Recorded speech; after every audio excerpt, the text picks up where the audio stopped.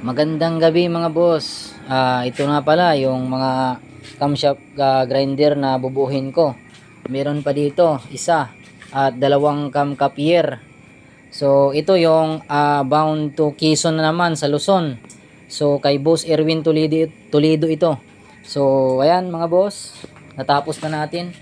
Ayan oh. Sobrang ganda mga boss.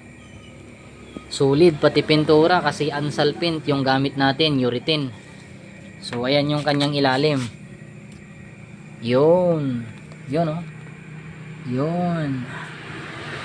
Lahat talaga yan mga boss ay nakapintura, nakabaklas talaga lahat. So ayan oh.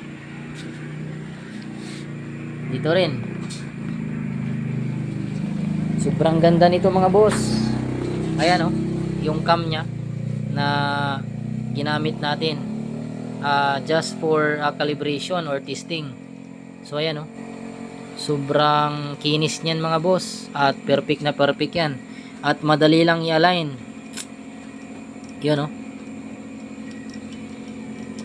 So ito nga pala yung kanyang controller.